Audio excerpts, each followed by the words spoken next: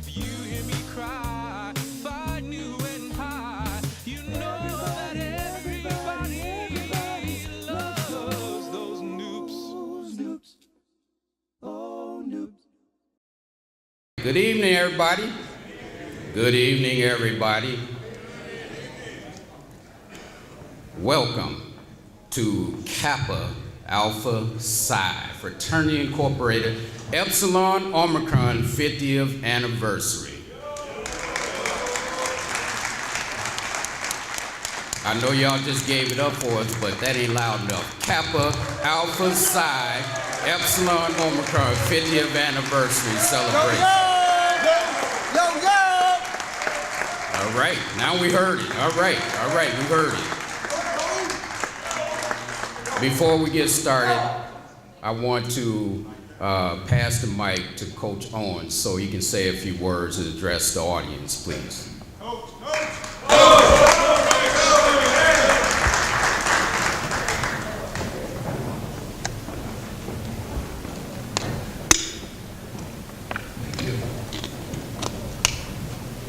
Welcome to Northern Illinois University,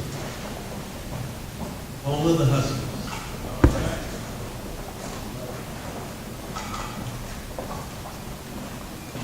It's been a long time coming back. I came in '73 to coach basketball and been here ever since. I was made at Gamma Beta in Kalamazoo, Western Michigan. Went across the sands in 53, 54, when they were using the paddle.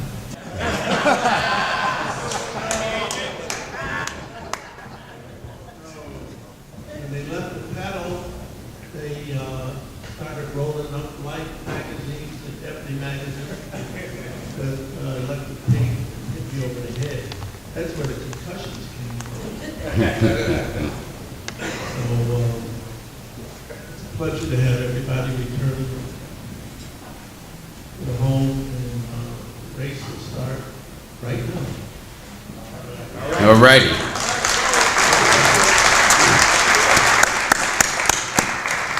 Thank you, Coach.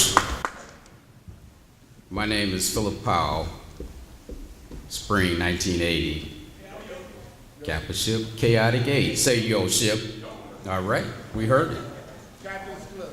All right, one club. So what I'm going to do is I'm going to give a few acknowledgments, and then we'll start our program. So before we get started, I'd like to introduce to you the planning committee. On my far left, it's Mr. Melvin Williams, known as Vintage Mel.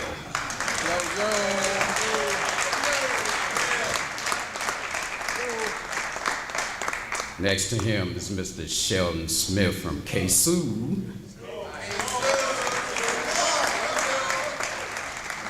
Also known as Scully. We have Mr. Howard Bromwell Holbrook from the 90s. And our master of ceremony tonight is Mr. Richard Washington. Boss Rich.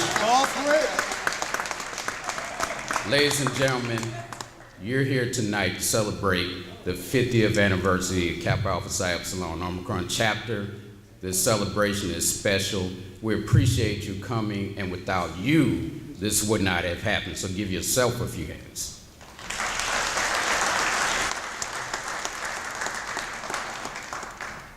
So there are too many brothers in the audience that have participated in the planning for this celebration.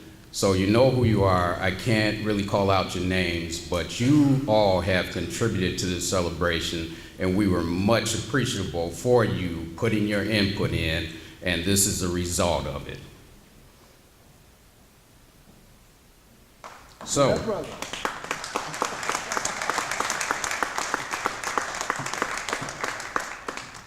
I'm going to mention a few people who aren't here with us tonight. Unfortunately, in our Providence Polmark, Byron Thornton could not be here, but we thank Byron for his continued support of the chapter. And the university president, Dr. Lisa Freeman, could not join us tonight, but I'm not sure anyone here from the president's office? Okay, just wanted to know. But I don't know if you guys know this, but Dr. Freeman is the first female president of this university.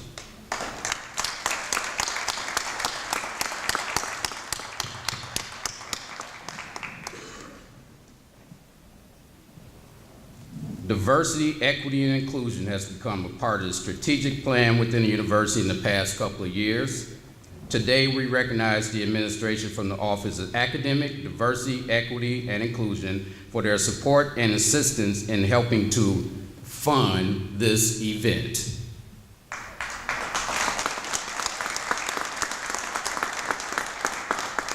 The Director of the Office of Academic Diversity and Inclusion, Dr. Bernice Edgehill Walden, could not be here today. However, in the audience is a longtime supporter of the Kappas at NIU, Ms. Monique Bernuti, my dear friend. Stand up, Monique.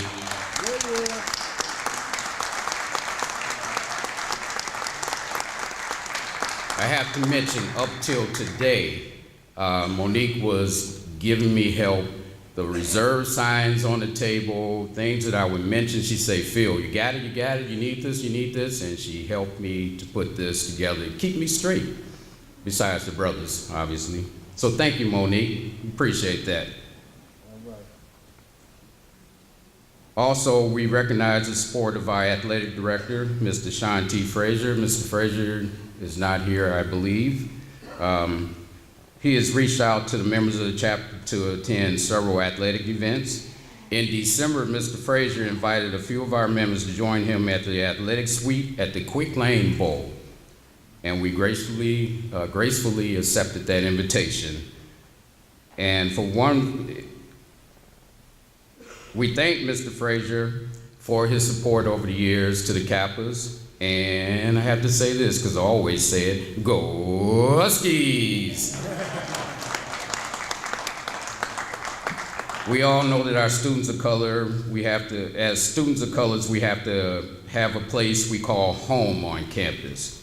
We recognize the following offices for their support to our students of color on campus.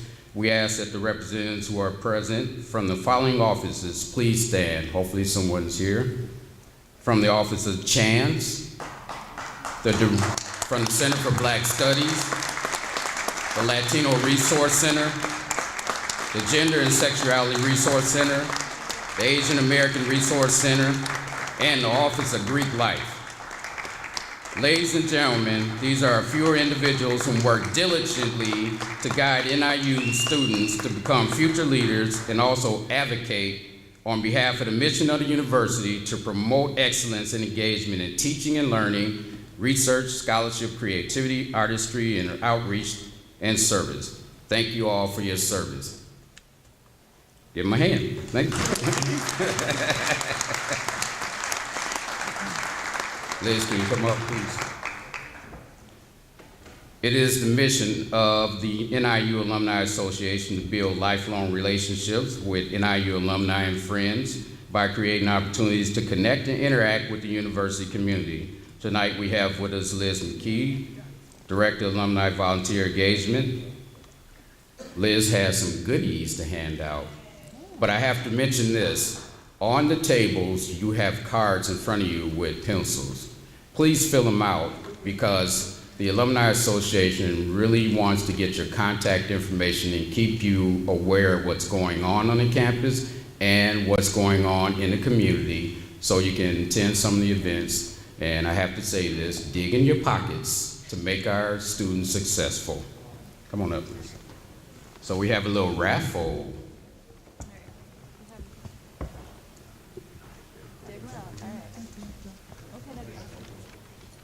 Swag bag, come on up.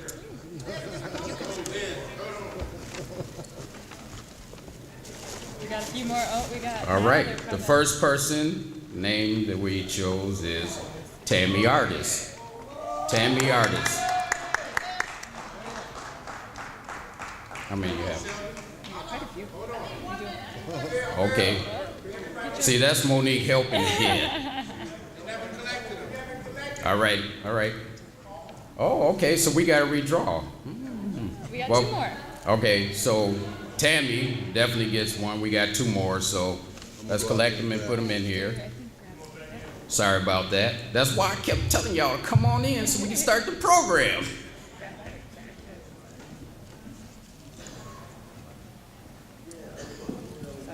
That's all right. Lane Coleman, can you come to the stage, please? I don't think you're. Look at that. Lane Coleman, come to the stage, please.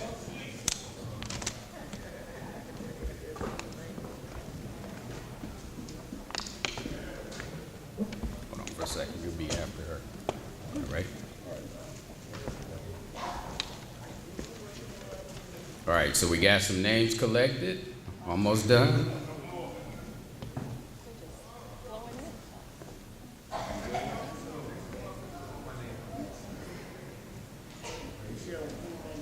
Oh, no. Rod G. All right. I have a feeling K. Sue's name gonna come out of there somehow. Saints and sinners. What do you say we should do? Shake it up a little. Okay. When later. Bet you somebody can't see When? Okay, let's shake it up a little bit. All right, we're gonna do one now and one later. Here we go. Shell got some glue on his hand, so I know he got K. Sue's name there somewhere. All right. Gregory Collins. Oh no. Oh, Greg Collins. Where you at? There you go. Come on up, Mr. Collins. Genesis 13. thank you. Thank you, Liz. Did you want to say something about what you? Go ahead. Thank you, everyone, for being here tonight. And I really enjoyed interacting with people as they came in. Just as Philip was saying, we really do want to engage with all of our alumni, and it's amazing to see our alumni on campus in such a great and compassionate way. And the support that you have for our students and for our mission and the way you represent our university is amazing. So thank you so much for being out. Please feel free to chat with me. I'd love to get to know you more. Thank you. And I believe we still have some stuff on the back table, the NIU Alumni Association table, so feel free to pick up something from there. Finally, we recognize the NIU Board of Trustees. Mr. Willard Coleman, a member of the Board of Trustees, expressed his deepest regret for not being able to attend the event tonight. On behalf of the Board of Trustees, I read part of the letter sent to Kappa Alpha Psi Epsilon Omicron chapter. The Board of Trustees of Northern Illinois University extends its grateful appreciation to Kappa Alpha Psi for their 50th year on the campus of Northern Illinois University. We congratulate you and wish you continued success as you shape and influence the lives of the Kappa Alpha Psi fraternity brothers at NIU and beyond. Well, let's give him a hand in his absence. Okay, everybody, this is special. With us today is our very own Mr. Lane Coleman, Spring '82, Psychotic 6. I was the dean. I want Lane to come up and say something on the part of the NIU Board of Directors. If you don't know, Lane Coleman is a member of Board of Directors at NIU. Come on up, Lane. Well, I guess I got to thank my dean, so we kind of pulled this inside baseball thing. First of all, I really want to really let everyone understand the significance of Wheeler Coleman, who is now the chair of the Board of Regents for NIU, and I think he's the first African American. Am I right, Larry? Okay, that is significant for this institution, so let's give Wheeler a holler. And because of Wheeler and a gentleman by the name of Manny Sanchez, who was the chair prior, who's Hispanic, they have actually were the ones that got me involved in the alumni board. So they're mentoring me through this whole scenario here. First of all, I'd like to say, you know, when you come home and you speak to family, it's got to be short and concise. So I'm going to get in and get out. But I was trying to figure out when I was traveling up here, you know, what was I going to talk about? And then it hit me.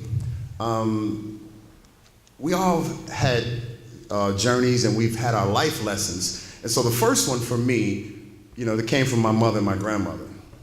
And then I sat back and thought about it. The second one for me came from the fraternity. So I'm a kid from the south side of Chicago. I showed up here at 17 years old with no clue. The first people I met, there were a couple of brothers. They happened to be members of Kappa Alpha Psi that I grew up with in the neighborhood. There were probably 8 or 9 of us in the neighborhood, but I'm the young guy, and about 4 or 5 of them went to school here.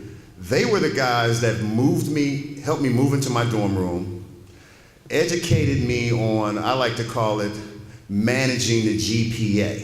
You know, I tell kids now, your GPA is like your FICA score. And I was in the College of Engineering, and I think you had to keep a 2.8 or a 2.9, so I was always right in there, right? So one bad grade, and I was gonna be out. But the NOOPS really helped me with that. Second semester, I'm online, I pledge, I'm in the organization. I remember that summer at 18 years old, and you talk about life lessons. So the first one, Mad Dog, AKA, well, Norman pull in. We all have nicknames. So Mad Dog says, we're going to negotiate the new lease on our new fraternity house. I have no clue what I'm doing. I'm an engineering major. I didn't know the difference between a bed sheet and a balance sheet. We walk in and we start negotiating, and I'm looking at Mad Dog. We ended up, I think our budget was $18,000 a year for this house. We walk out and I asked him, I said, where'd you learn how to do this? He said, I didn't know what I was doing. Haven't you heard the term fake it till you make it? so that was my first lesson.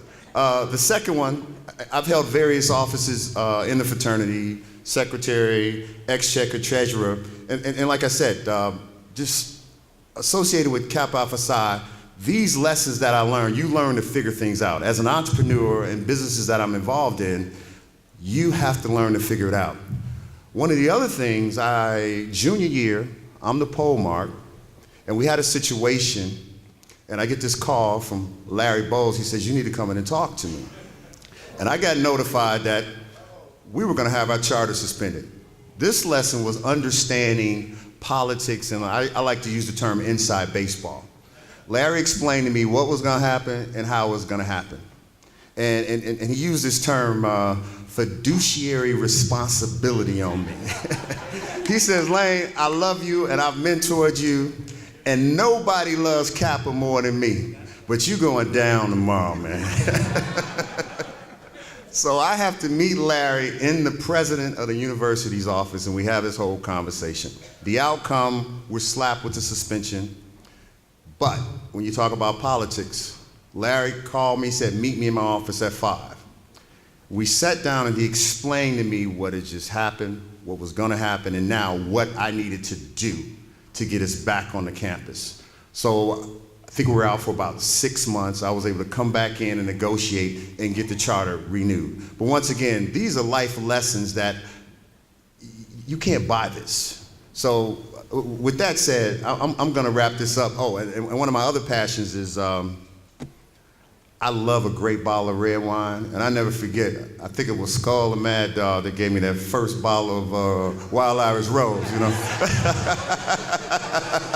With that said, brothers, man, you guys have a good time, and thanks for coming out, all right?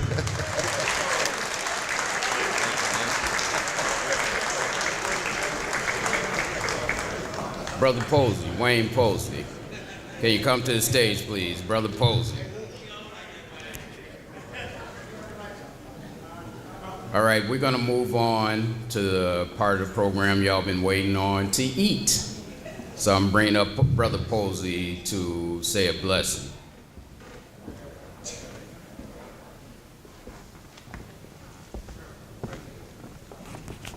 Thank you, Brother Phil. Heads bowed, eyes closed. God, we thank you. God, we thank you for everything that you've done for us. And God, as our mind runs back, first of all, to 1911, 46 years after slavery ended, God, 10 men started this grand fraternity. Then, God, in 1968, we thank you for the founders of this fraternity, this chapter, Epsilon Omicron. God, we thank you for each and every brother here, individually and collectively. And God, we're so mindful of the ones that are not here. Now, God, we pray that you bless this food, make it physically nutritional so we can do a spiritual job for thee. All these blessings we've asked in your darling son, Jesus' name, we do pray. And all God's Kappa men and women shout it together, amen, amen, and amen. All right, thanks again. I hope you all are enjoying your food. You can continue to eat. We are going to start the program right now, so we're going to bring Brother Shepherd Gross up to introduce our keynote speaker for tonight.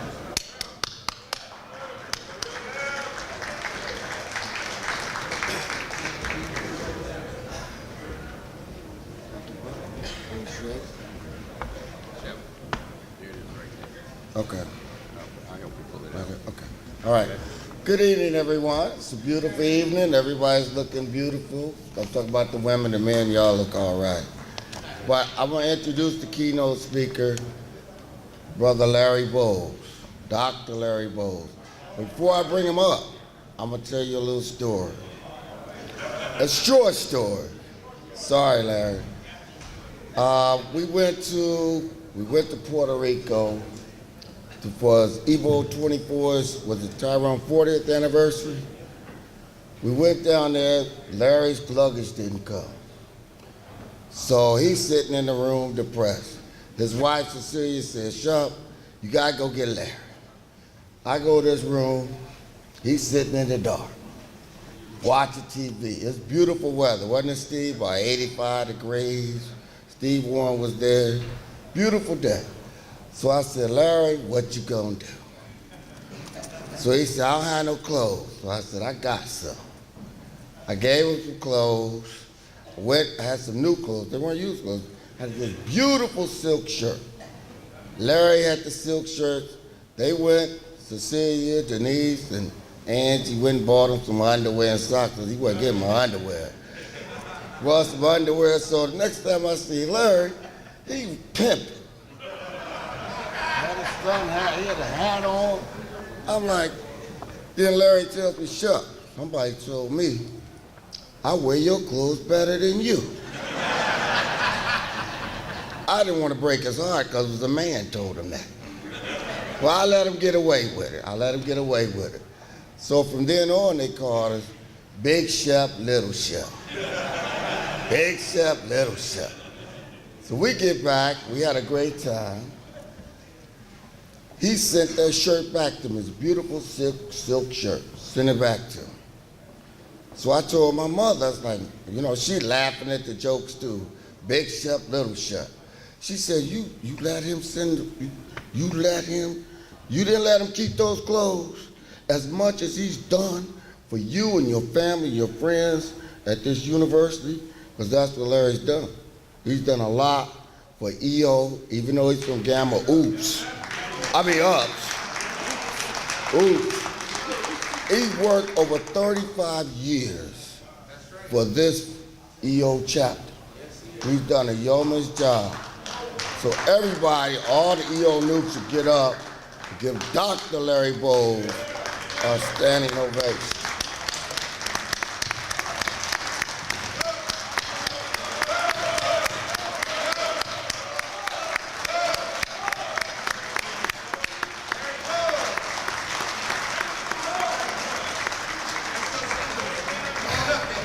Now come on up, Larry.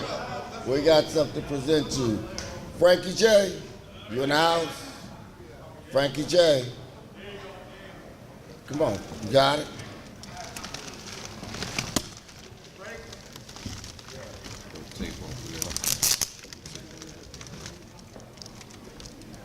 Here you go. It's from the brothers of EO and Big Shep to Little Shep. We appreciate you. Definitely, we appreciate you, brothers. Yo award. Larry Bowles, keynote speaker. You did a good job. Thank you. See, you got your name on me? All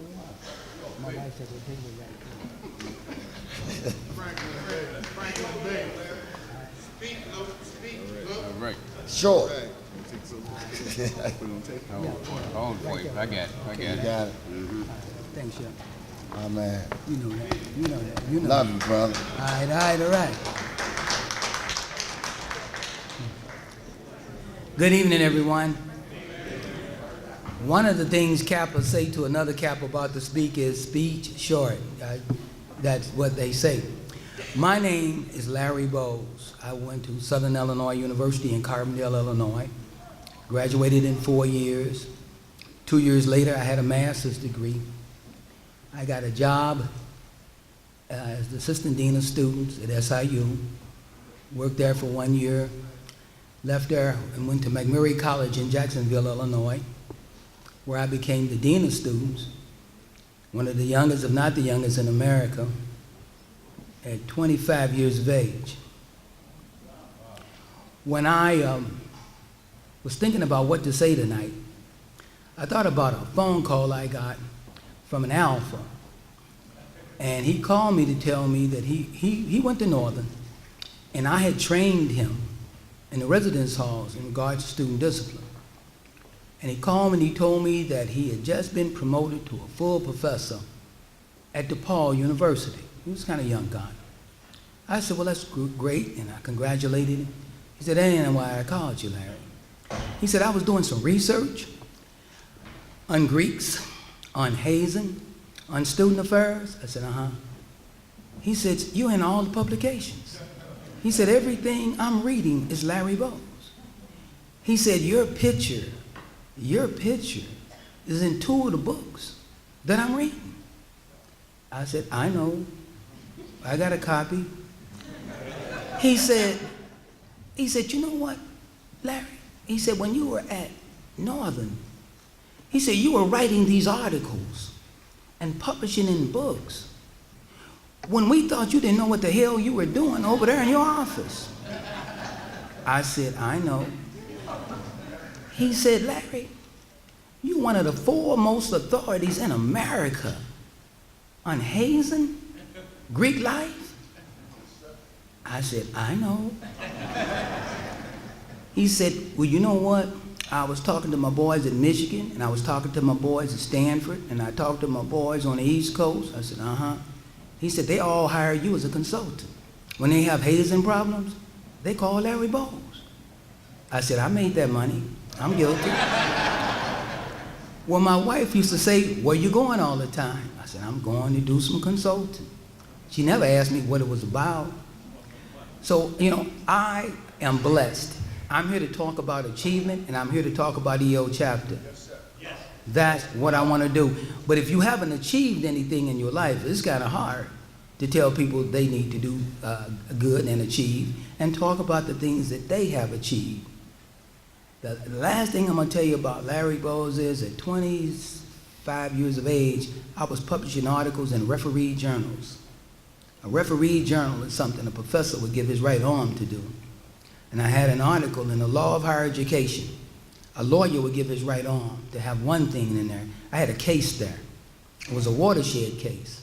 At Northern Illinois University, I got permission from my president to expel the captain of the football team. He stomped a young student, a young man, for patting his girlfriend's butt, and the boy needed $80,000 worth of reconstructive facial surgery. It happened in a bar, and universities don't go off campus. If you do something on campus, we got you. It happened in a bar. And all the lawyers said, nothing you can do. It happened in a local bar. My president said to me, what do you think, Larry? I said, this boy got a mother, he got a father, and they sent him here. I said, let's fight this war. If we lose it, we lose it. To make a long story short, we won that case. It was a judge named Posner in the 7th Federal District. And he was the chief judge, and he took this case himself. He generally just assigned cases. Posner took it himself. The Attorney General for the state of Illinois represented me. They took it away from the NIU lawyer. And when the case was over, he had a meeting with me, and he said, you know what, Larry Bowes? He said, first, the chief judge never takes these cases. Secondly, when you read a case, it's like watching paint dry. He said, I want you to read this. He had fun with your case. I said, read what he's saying. I said, so how do you take this? He said, it says to a lawyer, anybody brings a case like this in the 7th District, you're going to have to pay for this for both sides. Pay for the people who sued you and pay for the losses. It's a watershed case from Northern Illinois University. And the people who wrote the book, Law and Higher Education, which is the Bible, they put a case in there for me, and then they invited me to come to Washington, D.C. and present what I was doing at Northern Illinois University. Now, I haven't told you that. I just want you to know I have a clue what's going on with Greek life, okay?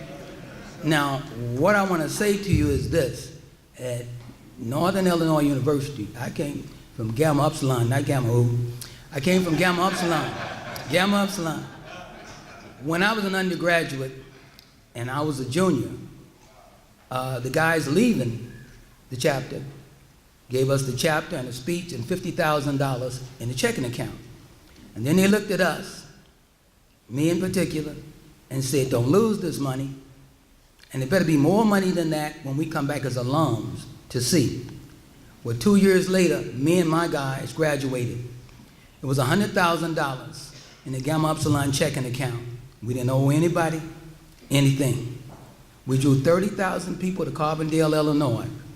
Guys between the ages of 17 and 23, ran it like a business. I come to Northern, so that's where I'm coming from. I go out on Greek Road, the Kappa's got the biggest house on Greek Road. I walk around there, Kappa's got lots of money. I go to the Kappa house, Kappa's got beautiful women. I'm like, I've seen this, I know this, I know this. I go on campus, they're the leaders in the different groups on campus. Truck out there, I remember he was on his knees in the Kappa house, him and some guys, they were planning how to approve something called the Black Student Union. It was something that was coming to Northern, and they were down there on their knees talking about, we're gonna make this happen. This in the Kappa house. And they on their knees with some other guys, non-Kappas, planning something called Black. I said, these boys are serious. I like them. I came from something like this. When I checked their grade point averages, which I could do, they're at the top of the line. Well, I came from a chapter that had a 10-foot paddle, and the university give you a little bitty plaque, the Greek-led organization with the highest GPA. For 15 years, Gamma Epsilon, it went for organizations with 20 members or less, or 20 members or more. We had almost 100 members. We won it every year for 15 years. I'm out on Greek Road, talking to these boys called EO, didn't phase them. Didn't phase them. They strong academically. I'm looking out in the audience right now, and some of these guys, I'm gonna mention some of them, I won't get everybody, but I'm gonna tell you what I saw. So when my guys asked me, they said, well, how's it going up there at Northern? I said, it feels like home. The toughest, the biggest white fraternity on Greek Road, I had to go to see them just like I had to see the Kappas. You know what they told me? They said, we the white Kappas. I said, what? excuse me. They said, we the white Kappas out here. We run everything on the road but over there where the Kappas is. Well, it's a guy sitting out there with you guys. His name is Tony Frencham. Tony was a bully. And everybody thought he was going to be a Q. He was gregarious. Tony wound up joining KA Psi. Now, Tony's talking to me one day, and I said, Tony, all the black kids are mad at the Northern Star. They're mad at Student Association. And he said, the Student Association won't fund black events. So what do you think I should do, Larry? I said, do something. He said, I'll run for office. I think I'll run for office. Tony Frencher ran for office. And this is a record. Tony Frencher got more votes than anybody in the history of Northern Illinois University ever. And that record still stands today. That record still stands today. So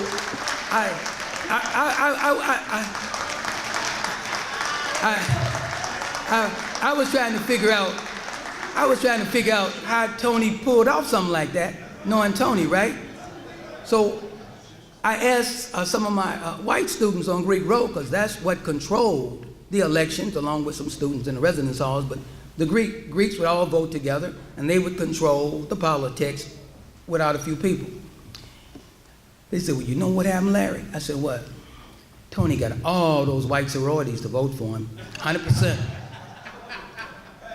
Then he went over and got some of those weak white fraternities to vote for him. I said, and he brought in all the black Greeks. The vice president of student affairs was pissed, Tony. He said, Larry, how the hell did Tony French do that? I said, I don't know. And then another new, Clifton, before you, had been the treasurer, the first black ever to be a leader in student government. He was the treasurer. So the Kappas at Northern Illinois University was impressive when I got here. I came from a campus where we either decided who was going to be the president or we decided who was going to be in his office. We said, you want to be the president, then we want these 3 offices. I came up here, I didn't see anything different. What I was saying to the guys up here is you have a lot to be proud of. There's a legacy up here. It's been some bad days. Gamma Epsilon had some bad days and good days. I'm looking out here, Lance came up here.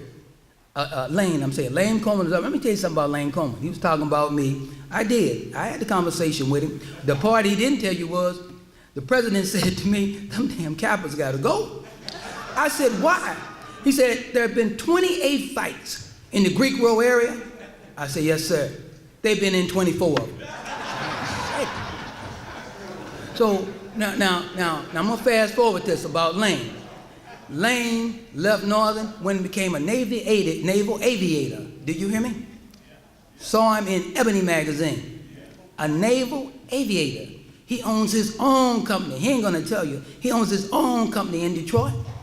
He gets contracts from the military. You hear what I'm saying? He owns a restaurant downtown Detroit. He ain't gonna tell you that. You with me? But he was the pole mark on this campus when I was going around. Here, another guy, Shepard Gross, tried to call me Little Shep. Dr. Shepard Gross is a very prominent, influential dentist in Chicago.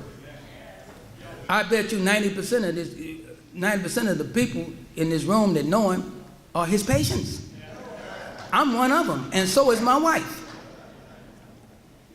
Shepard Gross is a die-hard Epsilon Omicron brother. He don't want me to tell y'all that. But when Epsilon Omicron was short of money, bank went open. Shepard Gross was the bank.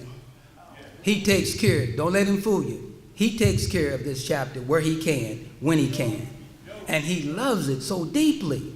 So that's what used to make me so mad when I would see undergraduates not understanding what they have here. I was frustrated. Guys would get initiated, and then I'd see bad things happening. And I keep saying, you don't know your legacy. So I feel good about something today. There's 2 new lines. They out there. New guys on this campus. They're rebuilding the chapter after a 5-year suspension. They're rebuilding it.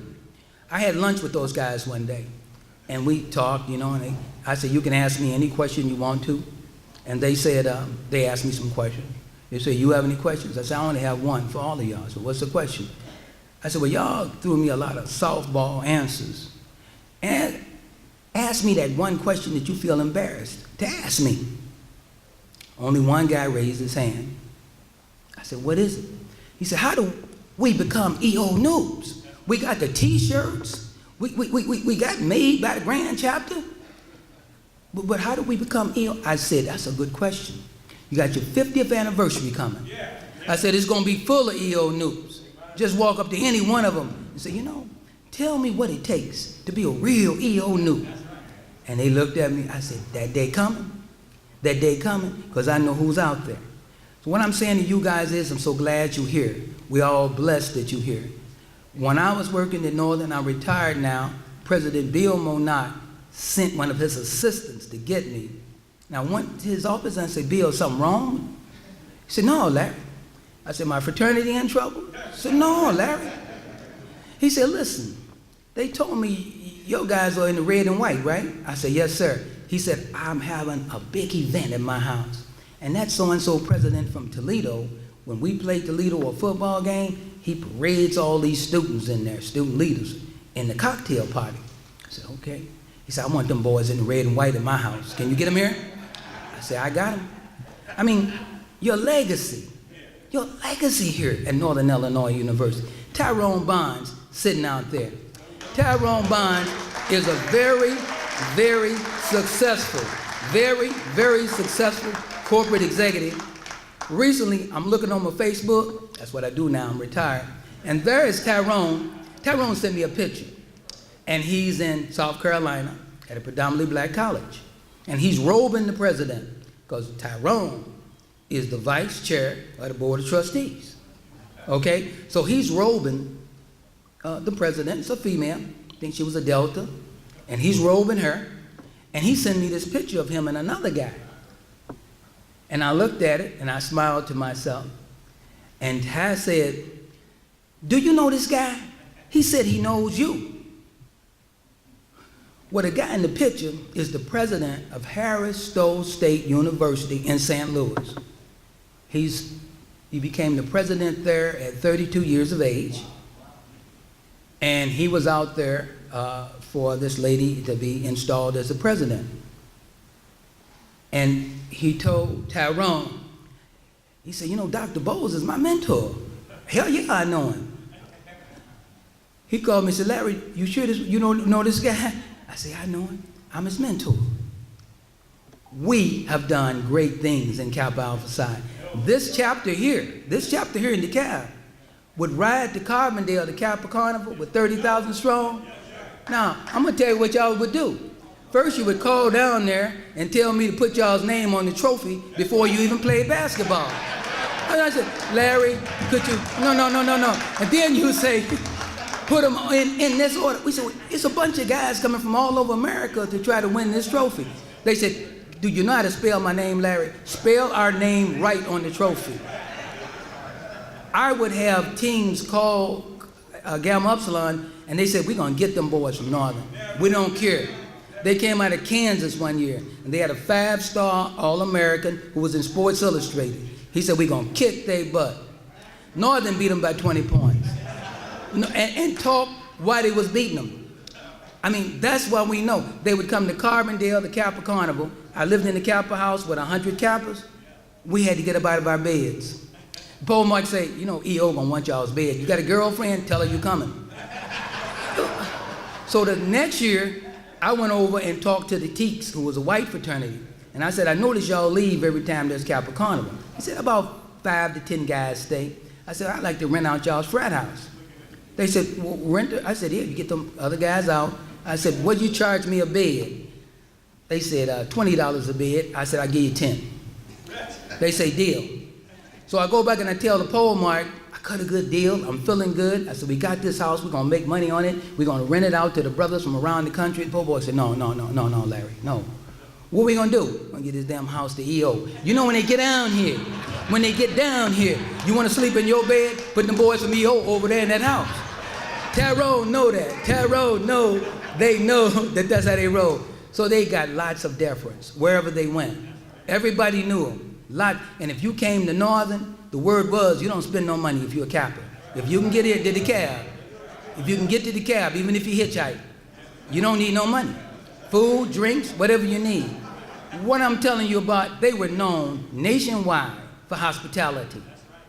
I'm just telling you what I know, not what I think. So I'm so proud of these guys. You can tell. I'm so proud of you. Now, what I'd like to do, they tell me keep this speech start, I would like for everybody made in the 1960s to please stand up. I want y'all to look at them. Everybody made. Everybody.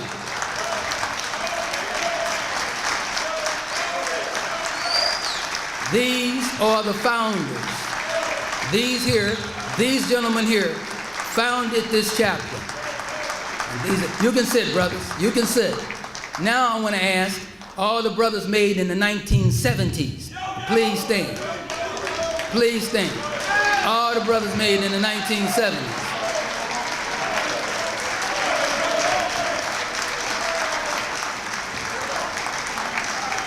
Y'all can be seated. The brothers in the 1970s were some workaholics.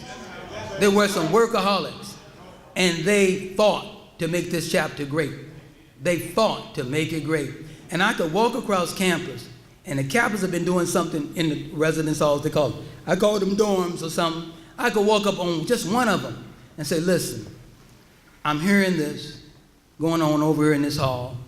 People are unhappy, they're complaining. I said, you understand me? He said, yes, sir. He would leave, go to the Kappa house, and I wouldn't hear anything else about that problem. I don't care what it was. All I had to do was talk to one of them, didn't have to argue with him, didn't have to help him to understand it was wrong. They go take care of it. They could govern each other. You follow me? They could actually talk to each other and stop the other guy from doing wrong. Now that's powerful. But that's what a fraternity is about. What happens in a frat house, what's the sauce up in there? Is the bond that takes place. Where I've seen them in the Kappa house at Northern trying to explain to a guy, we can't tell you what girl to date, but we can tell you what kind of girl you can't bring up in here. Now, you ask me how to figure that one out. But I've seen that happen right here in DeKalb. I've had them criticize guys by how they were treating their girlfriends. Right here. I've listened to them. Criticize each other about how you treating your girlfriend. I say, them men, them not boys. Those are men. Everybody made in 1980, please stand.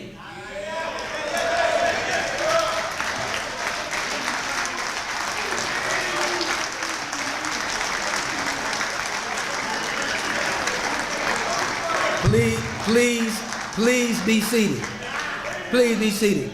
Now these brothers here, see, when I got made, my high school basketball coach was a Kappa, and he said something to me. He said, when you got made, he saw me wearing a Kappa t-shirt at the post office. He said, son, do you feel that yoke around your shoulders? I said, no, I don't feel no yoke. He said, well, you won't know you're a Kappa until you feel his yoke around your shoulder. I said, how so? He said, we talk that talk, but we got to walk that walk. Now, the boys came along in the 80s. The boys in the 70s talked that talk. And then they graduated. You guys feeling me? And they were left there to walk that walk. Them boys walked that walk. Them boys walked that walk. You hear me? They walked that walk. That's what makes this chapter so great. That's what makes it what it is here today. And I want you guys to know, Mel Williams sitting over there, one of the founders, I remember he retired from IBM, a corporate executive. I saw him at the Kappa house trying to talk to these guys about how to get their lives together. And I said, who is that guy? He says, Mel. He retired. He's out here sitting down explaining we're EO. No, we don't do this. No, we don't do that. Well, I understand that because I'm from Gamma Epsilon and that's how they talk to me. You can't do this. You can't do that. You in our house. Well, what is your house? What is your house? This is your house. The guy who built that house, right out here, is one that the university was proud of. And they still should be proud of. You helped with the recruitment and retention of students. I know because I was an administrator and I was here. People would come up here and socialize, and then they go over to the admissions office, and they would register to come to Northern Illinois University. Kids here wouldn't transfer out because they had things to do. Now, kids tell me, well, we don't have nothing to do. We here, we're African Americans, but we have nothing to do. The Kappas feel that. They always had something planned. They never had an event without a theme. They always had something going. And the Vice President of Student Affairs love you for it. Love you for it. So I want you guys to know 35 years of being on this campus and working with you guys. I retired at 59 years of age. I was a young boy. I remembered all the good things about this chapter. All the good things. You were leaders. And the women, I want everybody in here that's married to or dating a Kappa, please stand. Please stand.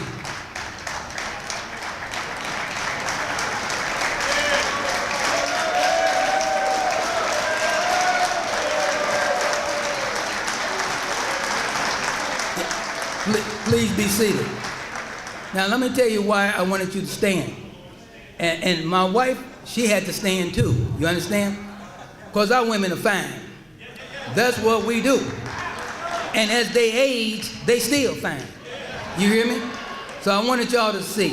And I wanted them young boys out there to see what we expect to see when they come back here 30 years later. They want to see what kind of women you got. And as they age, that's what Kappas do. And look at y'all. Is that the girl you married? Okay. I'm teasing, but I want y'all to know the women in our circles was a part of our fraternity. We loved them dearly. We took good care of them. We respected them. If they want to call you a Kappa hoe, you one of the baddest girls in the world. Call me that. I'll be that. Because everybody out there treating you like a real one. They treating us like women.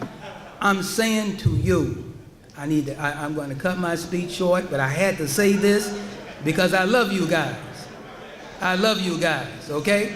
Now, in closing, I want to say this to you. Byron K. Armstrong, Irvin, Founder Irvin was from Chicago. And when I was a neophyte, I was a Kappa Carnival, and they said, Founder Irvin is in the kitchen. It's about 10:30 at night. And you want to meet him, go back there and say hi. Well, to me, that was unbelievable. So I go back there with my line of 10. That included the first 5 of the basketball team. We go back there and we trying to talk to the founder, and they asking him questions, and I didn't ask him nothing. I was just sitting there grinning. And he said, Brother Bowles, don't you have a question for me? I said, yeah, but it could be embarrassing. He said, well, try me. I said, well, I just came off the sands. I'm a neophyte. He said, yeah. I said, how do you feel about hazing? He looked at me and smiled.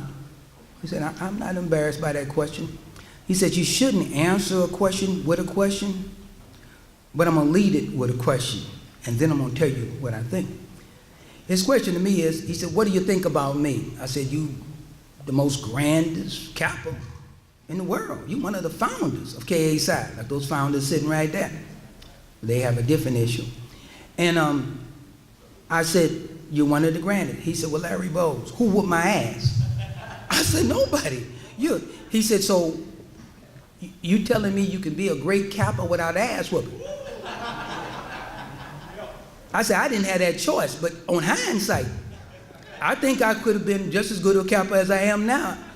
And he said, so you have the answer to your question. You can be a great Kappa without getting hazed if you got Kappa in your heart and Kappa in your head. He said, because that's all I had when I founded it. I had Kappa in my heart and a Kappa in my head. So I want you guys to know that, okay? Right now, in the world, in closing, there are 2 Kappas that were billionaires. The first African-American billionaires in America were members of KA Psi. How do I know it?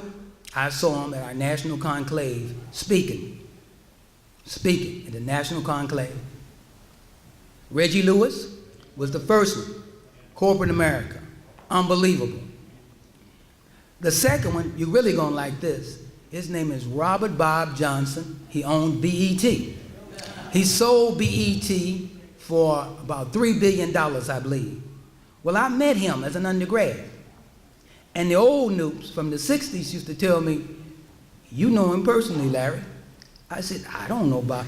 They said, do you remember a guy who used to come for Kappa Carnival, talking a whole lot of smack, and he was chasing this AKA named whatever. And he said, we used to tell him, well, we saw, but we don't know which way she went.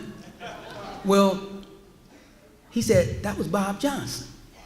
He said, he said, we used to sit and talk about business and finance of the fraternity. He'd be right there in the circle. Bob Johnson used to come to Kappa Carnival every year religiously as an undergraduate and enjoy himself with the Kappas from all over the country. So I want you to know, your legacy is real. Your legacy is real. And I remember what Reggie Lewis said. He said, everybody can't be rich, but you can be happy. He said, so find a job that you're happy with and do that job. He said, a lot of rich people are unhappy or unhappy. Money don't make you happy. being happy with your job is a good thing. So I want you guys to know that. I learned that from a billionaire. I found a job that I liked. I enjoyed it.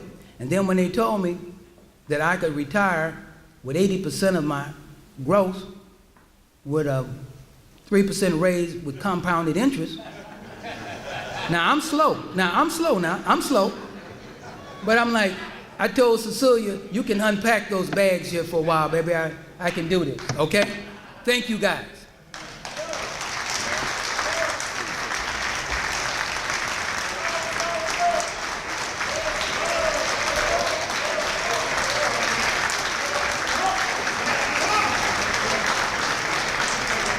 Come on. Ladies and gentlemen, this part of the program, I wanted to acknowledge someone who was also part of our chapter. Brother John Wilson served as the advisor of the chapter for many years, and I wanted John to come up and say a few words before we go on with the program.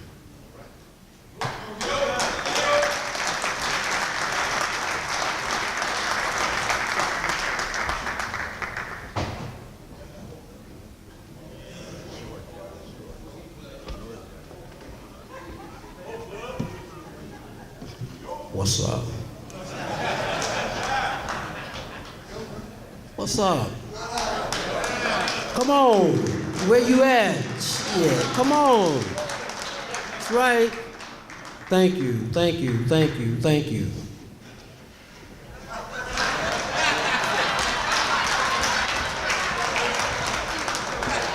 No, I didn't leave. No, I didn't. Thank you. Thank you. And all you brothers out there that was here during the days when we were trying to make EO, okay? We went to 8 brothers to 52 brothers. We had a house with a $48,000 lease. We had lines with 16, 18, 20, 24. And I felt a sense of responsibility for all of that. Big Brother Wilson is Big Brother Wilson, and John this, John that. 2 o'clock in the morning, 3 o'clock in the morning. You know who you are, and I see you out there, and hey, I appreciate you, and you made it worthwhile. That's all the time I got, and that's good.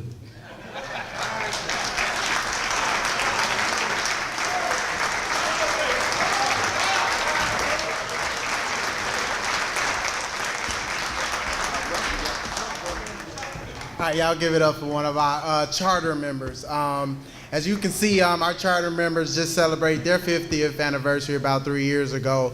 We got the picture up there in the front. Right now, the next part of our program, Brother Mel Williams, one of the charter members, he's going to come up here and introduce the other charter members for EO. So Mel Williams, you all know him as Vintage.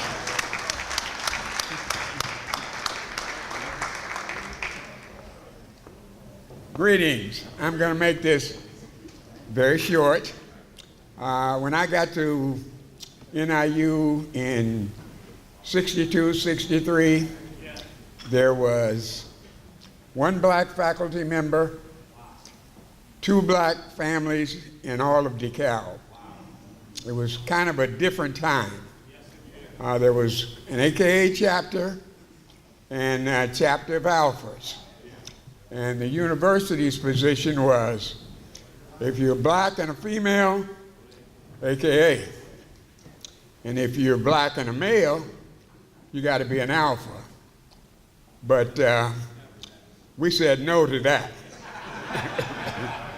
And we fought some battles to get this chapter on the yard. I won't take the time to go through all of that. My job is to introduce you to the guys who were my ships, charter members. And I'm going to start with Jerry. Is that Jerry D? Jerry, where are you? Back there in the back. Jerry Dees.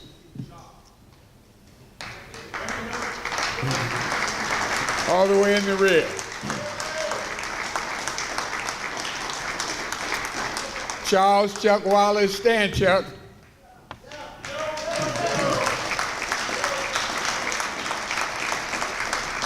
we had what we call godfathers. And the godfathers were, when I got to the university, there were 4 Kappas on the yard. And they were the guys who started the work. Godfather number 1, Attorney James Couch.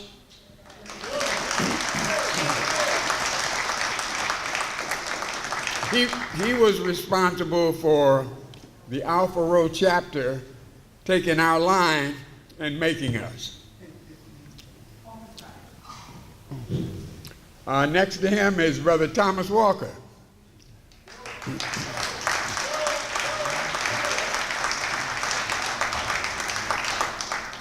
And those are our charter members that today that are living.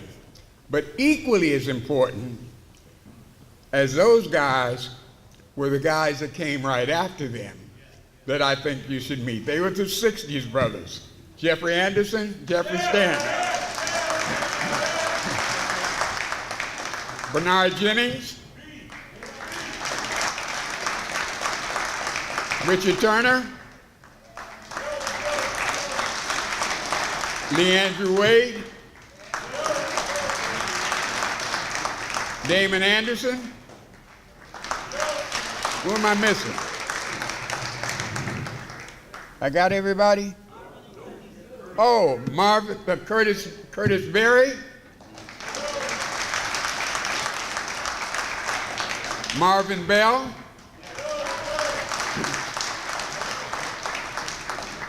This, ladies and gentlemen, who did I miss?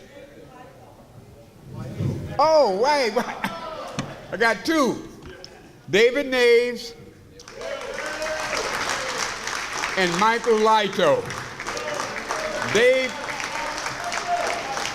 Dave and Michael were on the first EO line made. Mike was the pole mark. Okay, that's, ladies and gentlemen, this is the beginnings of the EO chapter. Thank you.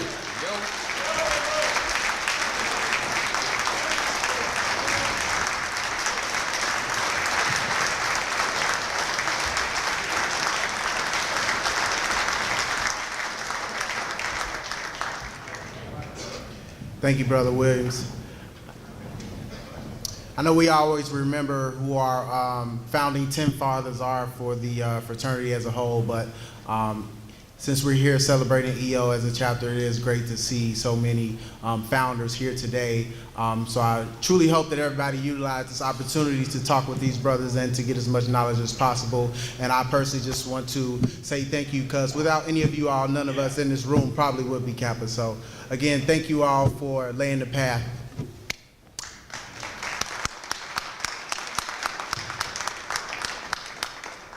All right, I know when Bose was out here, he shouted out the 60s, 70s, noops, 80s as well, but I don't think the 90s and 2000s were mentioned. But with that being said, we do have the roll call coming up. If you all do refer to the programs, we do have every member that has ever came through EO in there. Pretty extensive spread across the 50 years, but Howard Bromwell, can you please come to the stage? Oh! Howard's going to do the roll call for EO.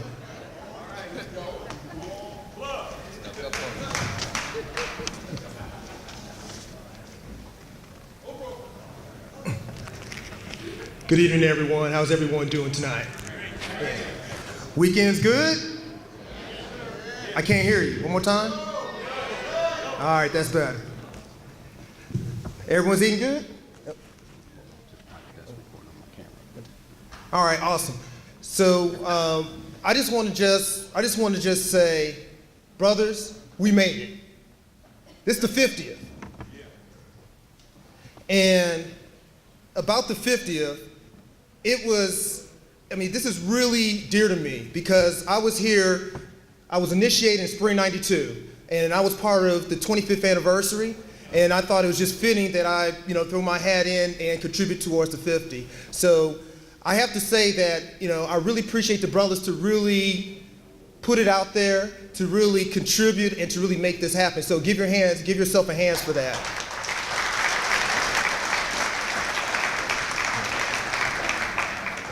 So before I get started here, I do want to take time and recognize all these beautiful ladies out here. And these beautiful ladies, I guess this is what, the Kappas do here, right? So allow me to recognize, I want to start with the sororities, because I know we have some guests here. And let's start off with the lovely ladies from Alpha Kappa Alpha. I want to hear that chant. Let's hear it.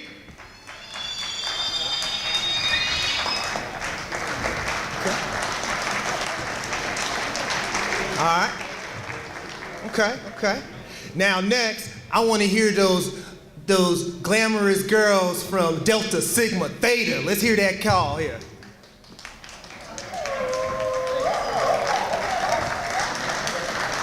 All right. Next in line, the divas of Sigma Gamma Rho. Are you out there? All right. I see you out there.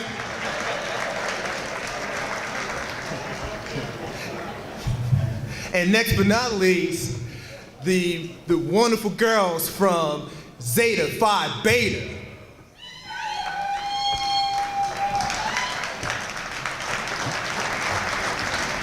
Awesome. And I also want to recognize all the wonderful ladies who are part of our Kappa support groups. We're talking about the Kappa Kittens, the Kappa Sweethearts, and the Kappa Diamonds. If you're out there, please recognize yourself.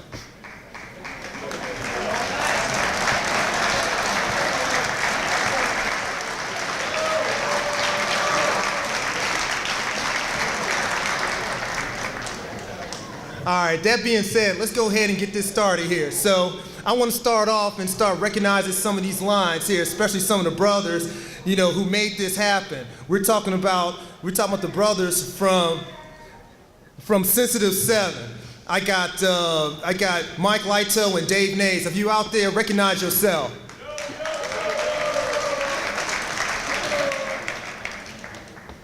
Next in line, we got Fall of 68. We got Jive 5.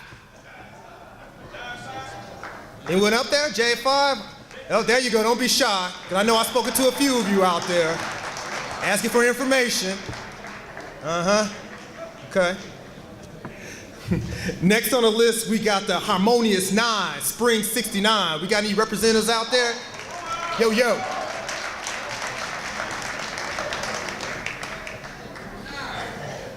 Next but not least, Finagling 5. There you go. All right. This next line, in Spring of 70, this line right here, you got some characters on this line. From Trippin' 12. Where are they? There you go. I see you, Coach.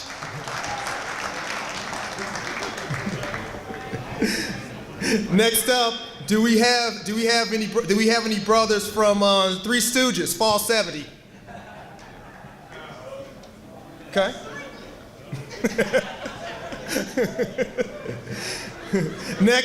Next up, we have Spring 71. We have the Extreme 14. Any reps in there?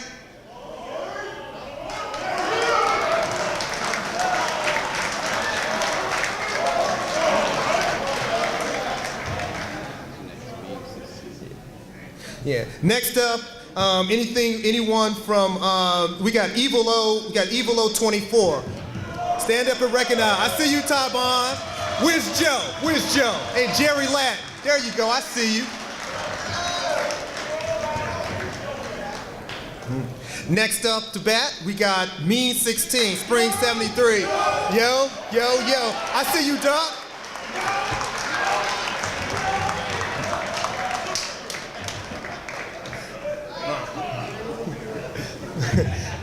The next one is Spring 74. We got Kool and the Gang. Where are they? There they go.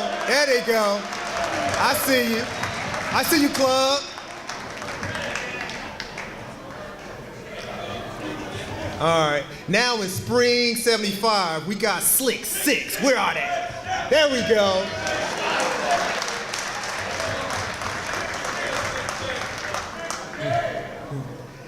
Now, for this next line, in fall 75, it is Phoenix 4.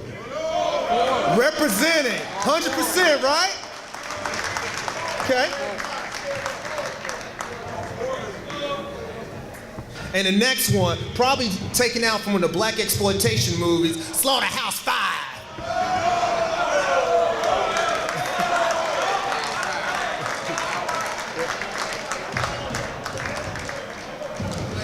And now the next line in spring 77, excuse me. Yeah, 77, right, I got you, club. I got you. We got Genesis 13. Please stand up and be recognized.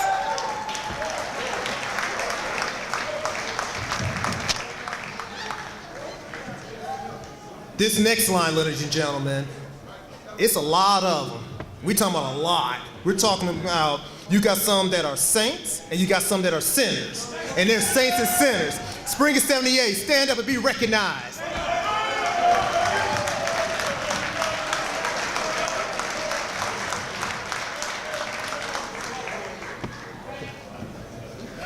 Now we get into the decade of the 80s where you had those slim ties and those polo shirts and those little small crop fros. So start off with Chaotic 8, kicking it off, spring 80.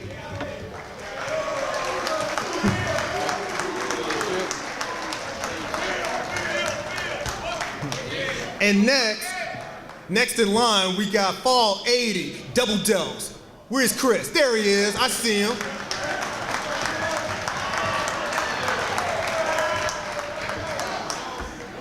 Now, I gotta warn you, this next line coming up, there's some really characters on this line.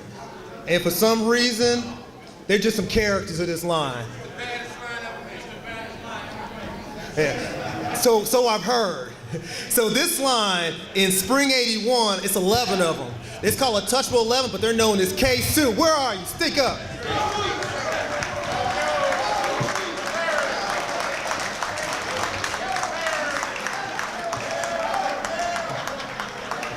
Next up, we got some 6 gents called Psychotic 6. Where are they? In spring 82.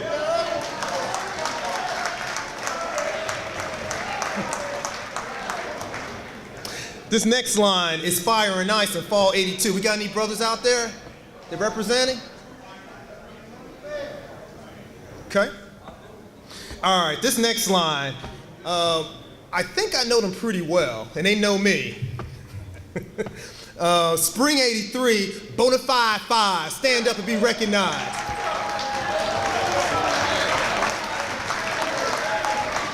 I see y'all, I see you. Now, I'm gonna tell you a quick little story about this next line coming up.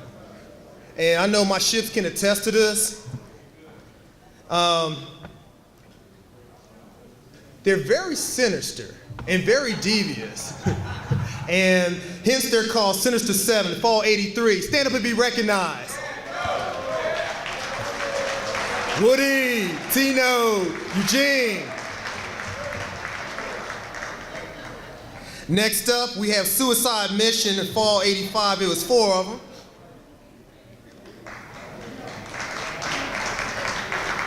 We have this next line. We have one brother, Ron Howe, who's Soul Survivor. Now, about this next line coming up, I will say this.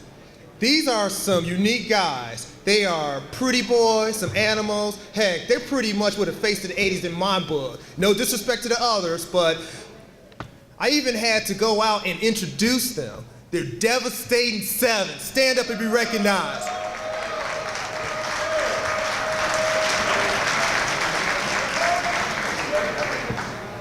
This next line is actually just one guy, and he's one and only, Sean Tate. You out there? I see you, newbie. Yo, yo.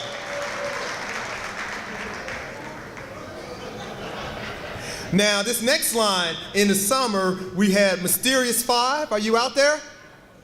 And then we also had Furious 5. Now, this next person, and I have to say, everyone knows him. Mr. Cortland Campbell of Cut and Quits. Please stand up and be recognized.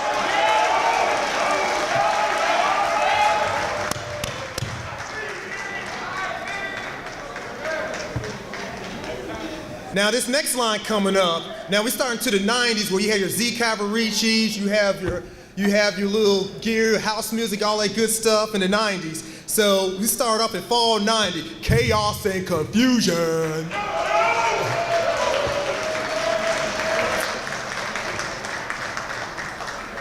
And of course, after that, it starts next line, you know, it's 5 of us and another 5 of us, and it makes 10, which is Venomous Voyage. Spring 92. Stand up, ships. Yo, yo.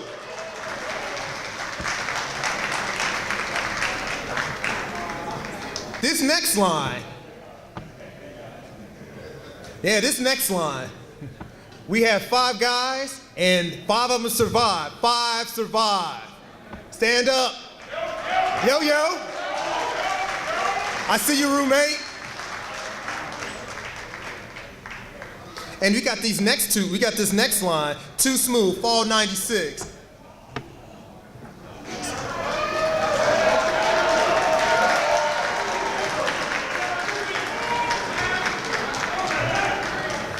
Starting off in spring 97, we have those 3 evils. Where are they? Where those evil guys are? Where are they? Where are they?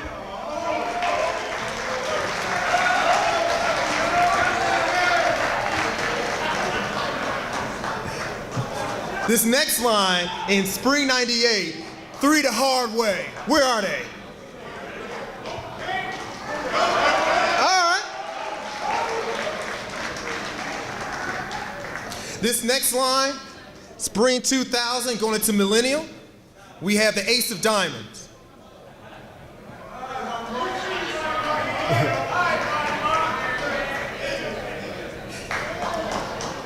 Going into that fall, we have Trials and Tribulations. Where are they?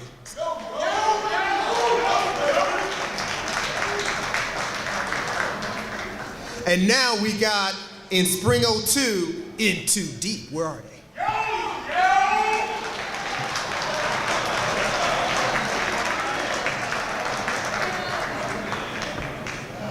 This next line coming up, they call themselves assassins, which is 7 of them. Stand up, these 7 assassins in spring 03.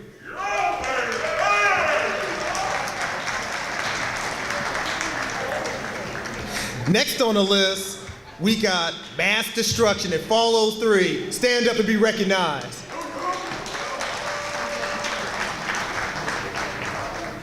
Next up, we got Critical Condition of fall 2004. Okay, I see you out there. And then we have Intensive Care Unit, spring 2008. There he is, Boss Richard.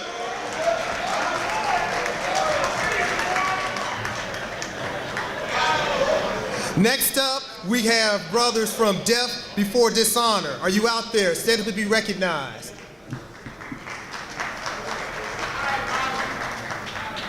Next up to bat, we have spring 2009, Solitary Confinement.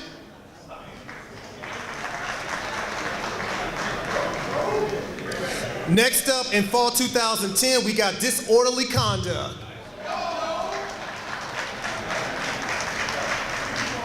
And now as we get into our undergraduates who's currently in TR, we have 2 lines. The first one known as the Prophytes, the Code of Silence. Stand up and be recognized.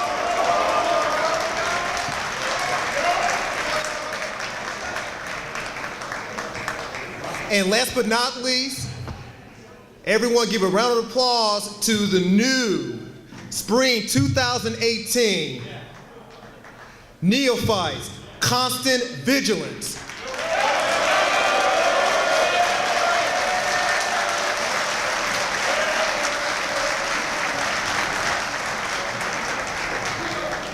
So brothers, in closing, I just want to say, you know, we have 6 decades of achievement.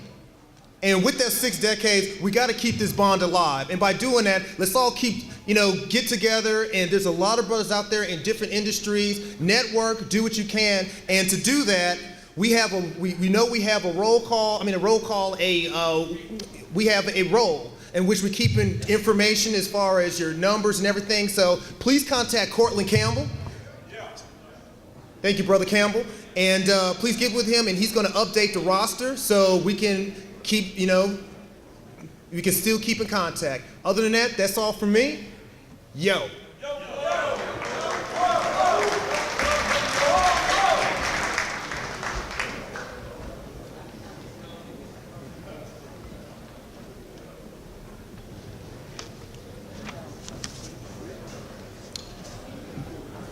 All right. Now, as we just took time to recognize all the brothers here that have come through EO in the past 6 decades, we do want to take this. Hello, can you hear me now? I said now that we took the time to recognize all of the EO brothers that came through over the past 6 decades, we're going to take the time now to recognize the brothers that have transitioned into Chapter Invisible.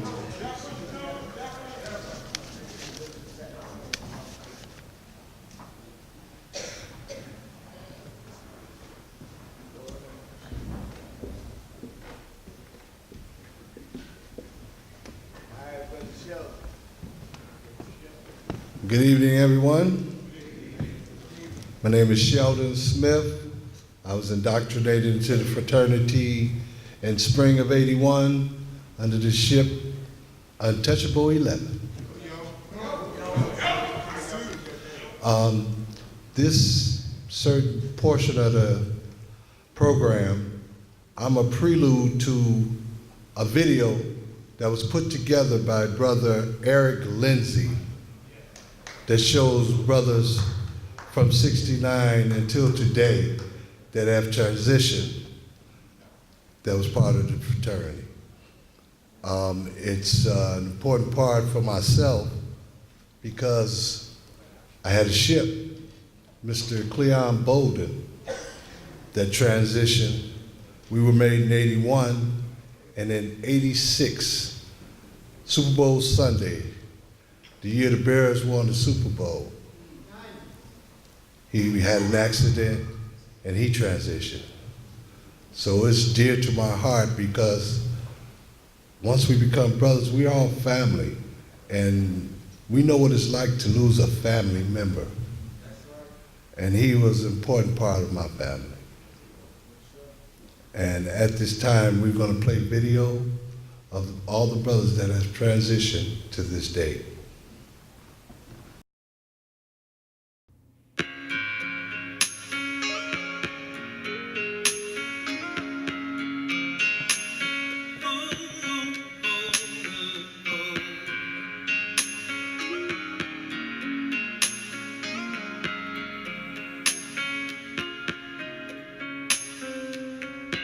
I remember the day that I met you. I'll never forget you. You make quite an impression on me. You were a mentor to me. I still try to be that kind of brother you were. I think of you all of the time. A brother like you is so very hard to find.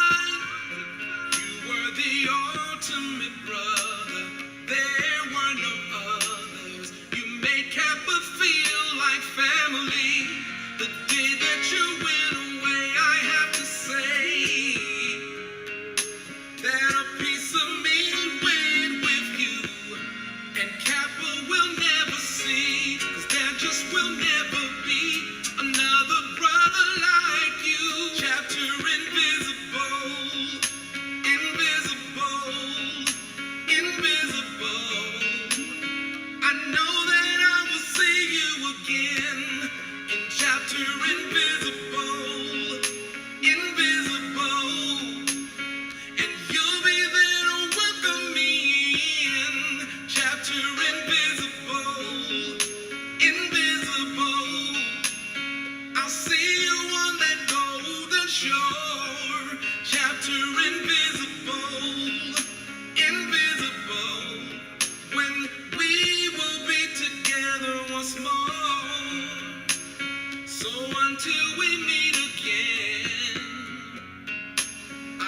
keep my head to the sky. And I'll never forget what you taught me about being a nobleman of KSI. Because of you, I am so proud to wear my Kappa pin. And every time we say a prayer, brother, oh, I remember you then. That day that you went away, I have to say that a piece of me went with you. And Kappa will never see, there just will never be another brother like you. Chapter invisible, invisible, invisible. I know that I will see you again in chapter invisible, invisible. And you'll be there to welcome me in chapter invisible, invisible. I'll see you on that golden shore, chapter invisible, invisible. When we will be together once more. Oh, oh,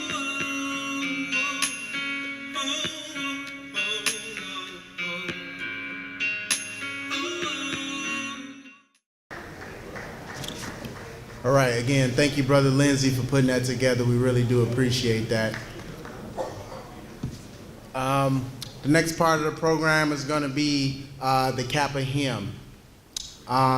For you all's, to kind of help everybody else, we did put the words of the hymn in the program. We're also going to put it up front. I need every member of Kappa Alpha Psi to stand and participate. I know some of y'all brothers never learned the song. I know some of y'all brothers learned it and haven't sung it in years. But I need y'all to get your la la la la la la voices. And we all gonna do this together, all right?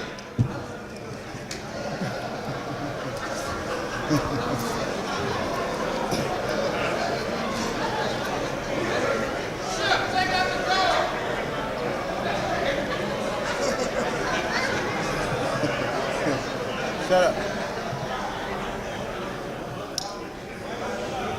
All right. I'm going to try my best to kick it off.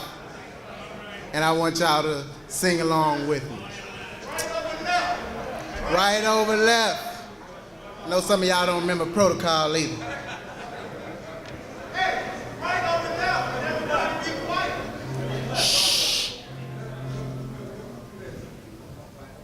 Oh, noble Kappa Alpha Psi, the pride of all our hearts, true manliness, fidelity.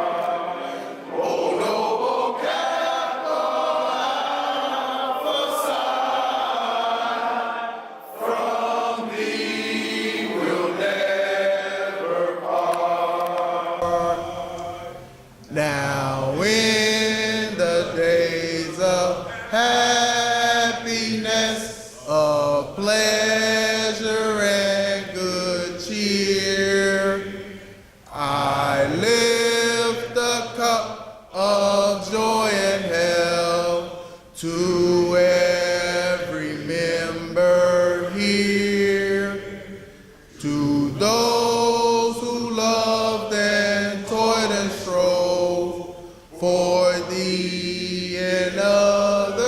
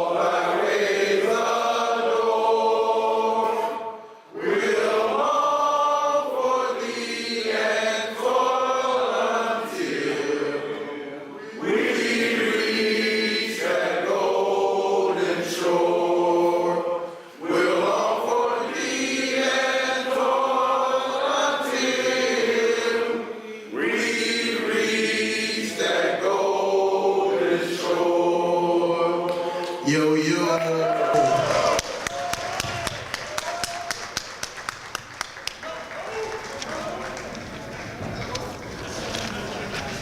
I know some of y'all ain't sung that song in like 10, 20 years, but y'all did a pretty good job. So y'all give y'allself a hand.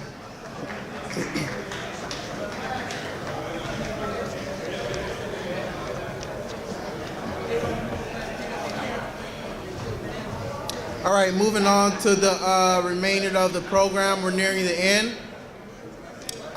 Right now, as we all know, the Kappa Alpha Psi was founded on our undergraduate principles. Without our undergraduate chapters, we would not be in existence. So right now, we're going to have our undergraduate pole mark, Eugene Marshall, come up and say a few words on behalf of the undergrads of the Epsilon Omicron chapter.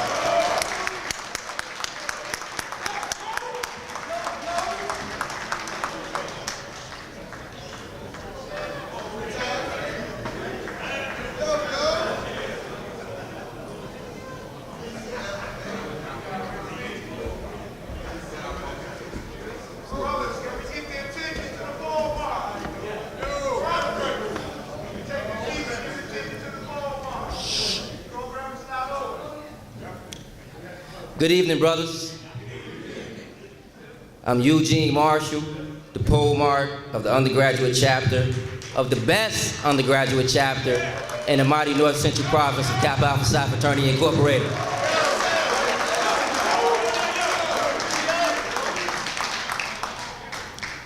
Before I get into anything, I wanted to address some of the brothers' concerns in regards to a statement I put out almost a month ago. Being the pole mark, you catch most of the heat, and in some cases, it's quite the opposite. Our fraternity is about training for leadership, and sometimes when you win leadership, mistakes are made. Brothers, I apologize. With that being said, celebrating the 50th anniversary, in my opinion, is all about connecting the dots. All the way up from the charter members down to our new neophytes. Brothers, we cannot connect the dots efficiently vertically, but through a horizontal perspective, each brother's voice can be heard. As we all know, no brother diamond is bigger than the next. Let's continue the fellowship this weekend and share those Hollywood and evil EO stories that make EO who we are today. The brothers on the yard appreciate you all. We love you. And we look forward to learning as much as we can from you to make sure tradition stays tradition. Brothers, I'm getting ready to graduate in a few weeks, and I look forward to joining you all as an alumni.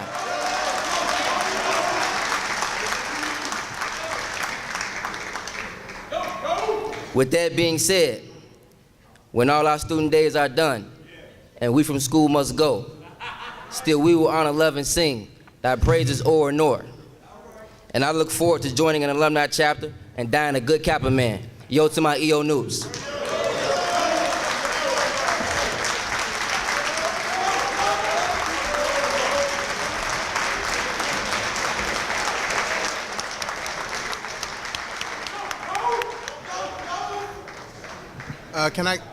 Hello? Can I get all the undergrads to stand up for a second? All of the undergrads, please stand up for a second.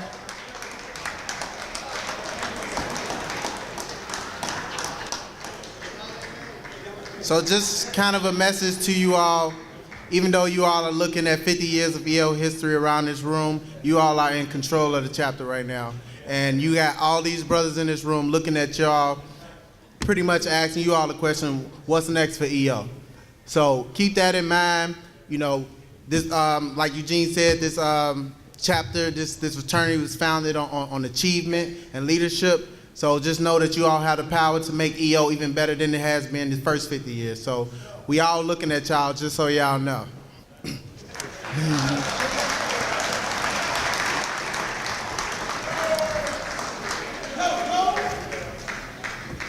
We're gonna throw a little audible out on the program right now. Next was supposed to be the chapter photo, but we're actually gonna wait until last to do that. We will give you all instructions, but for now, we're gonna have some closing remarks by Brother Tyrone Bonds.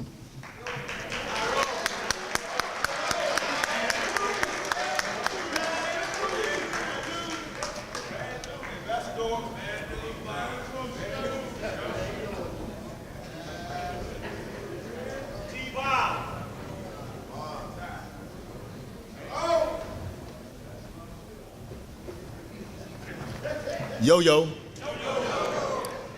Brothers, I'm honored. A week ago, the brothers asked me to do the closing remarks, so I came up here yesterday and I said, you know what, instead of really writing something, I got little notes because I'm getting a little old.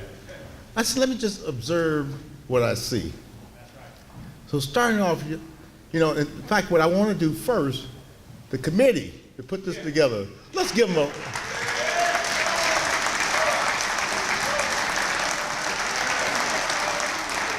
Yo. Wonderful job, brother. It's not an easy task doing this, but it was a wonderful job. The Godfather, we've already acknowledged you. Our chapter founders, we acknowledge you, but we want to do it again. Please give them a round of applause.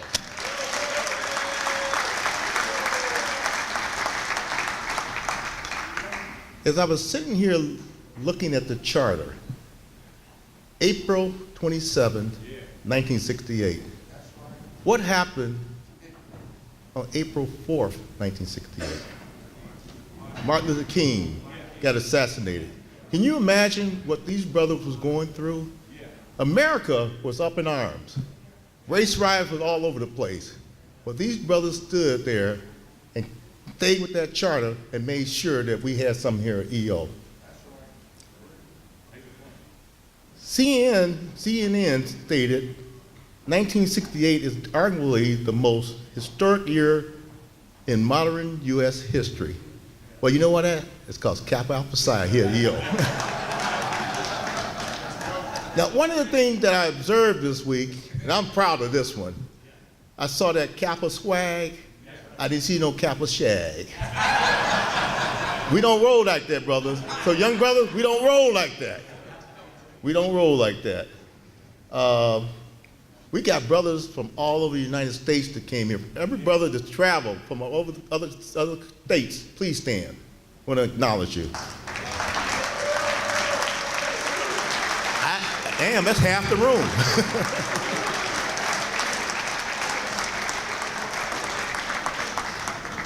Now I like this observation I made this week. In actually, this one line, they always get together. See, I got 24 on my line. I got 24, and there was 4 of us here. I think might be down to 2 or 3. Evo 24. But this line had 4. What's their name? The Phoenix 4? We all stand up again. They all are here. They all are here. But I'm not finished. I'm not finished. This line, the day we had the picnic, a little rain, a little cold. These boys pulled up in a sharp ride. And what they call themselves, Slaughterhouse 5? Slaughterhouse 5, all 5 of them. And this is what I've learned. It have been 42 years, they have not all been together in the same room. Let's give them a hand.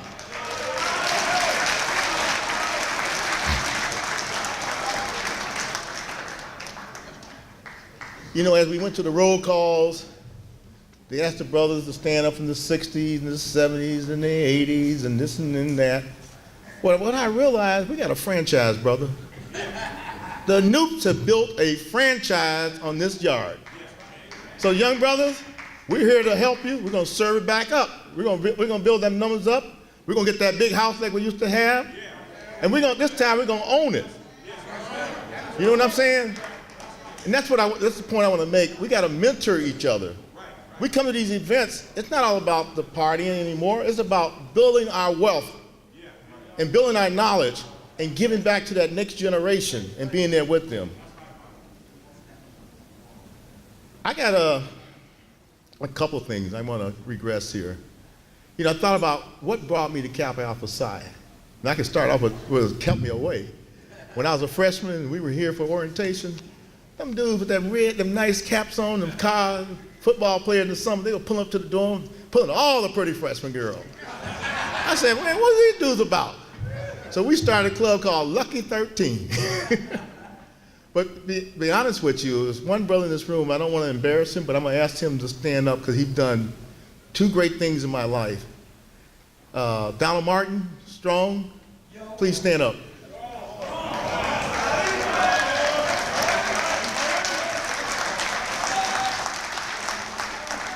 We were in the dorms together. Strong was one heck of a football player, tight end. And we just became friends. He was a sophomore, I was a freshman. We ate, played ball together, talked a bunch of stuff. One day, he invited me to go out to some brother's house. Because I was saying, I'm not going to be no Q, and definitely wasn't going to be no Alpha, and couldn't be no Sigma. I went out to the brother's house, and I said, whoa, this is brotherhood. And then these brothers performed, they set it out. The other thing this brother did for me is introduce me to my wife. I am indebted to this man. 45 years ago, he introduced me to that lady. That's my sweetheart. That's my sweetheart. So Strong, I owe you. Sam Evans and I, we were having breakfast together, and he told me about the tour he took. And I'm just going to hit it to heart. I'm not a political person, but to me, this is extremely important. And I don't know if my ship is here, Jerry Latin. J.O., okay, there he is. One of the baddest running backs in the history of NIU.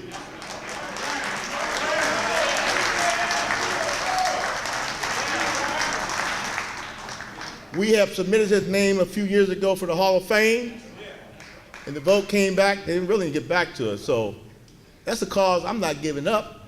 I want y'all to be with me. This brother deserved to be in the Hall of Fame. You hear me?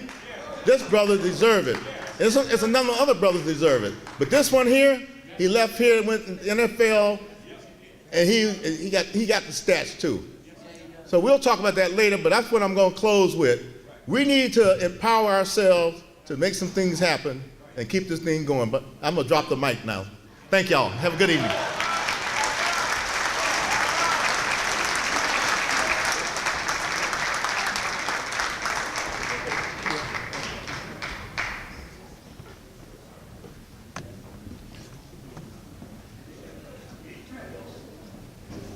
All right, we're about to get ready to take our chapter photo, but before we do, we just wanted to extend out a few more thanks to a few brothers for some of the activities for this weekend. The barbecue earlier, I believe Marlon Davis along with the 1 and 2 clubs. We appreciate you all putting that together. It's a pretty nice turnout outside, even though drizzling a little bit, but we still was able to fellowship. Darius Parker for the golf outing this morning. Thanks for setting that up. Also, Cortland Campbell as well as Terran Crockett for providing memorabilia as well for the brothers. Who else, please? Oh, we missed so many we can't announce. Yes, so many brothers that helped out with this weekend. We truly thank everybody for their effort. It was really challenging communicating the 50th anniversary across 5 decades. But we were able to, work as a team and bring everybody together, and I think it was pretty successful. So with that being said, we do want to do the final raffle now. So, brother, do you have the... Coming on up. We'll let you do the honor. You do the honor. I got glue on my hand again. Huh? Bonds. Tyrone Bonds, come back here. I told you I had glue on my hands. You want to do it or I can do the rest of it? Tell me. Yeah. Okay, go ahead. All right, at this time, we're going to ask Noops, Epsilon Omicron Noops that start making your way toward the stairwell where we first came in. That's where we're gonna do the chapter photo.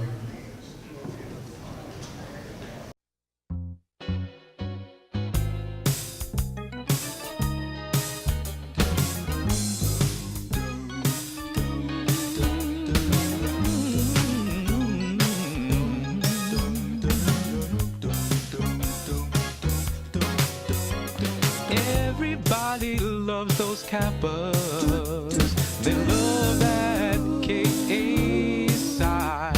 If you hear me cry, Phi Nu Pi. Everybody, everybody, everybody loves those noops. Whoa, noops. Oh, noops. Oh, noops. Everybody loves those Kappas. The women love those Kappa men. You know if Kappa's your man, take me by the hand. Everybody, everybody loves those noops. Whoa, noops. Oh, noops. Oh, noops.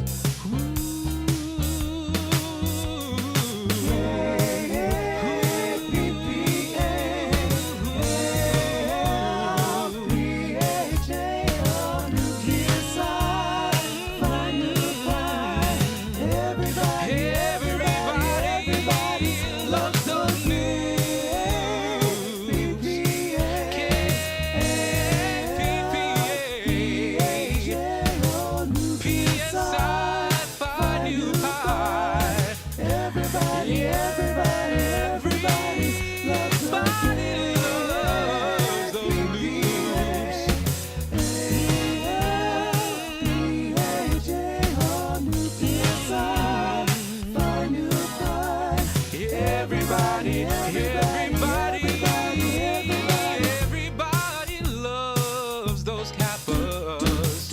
They love those Kappa men. If you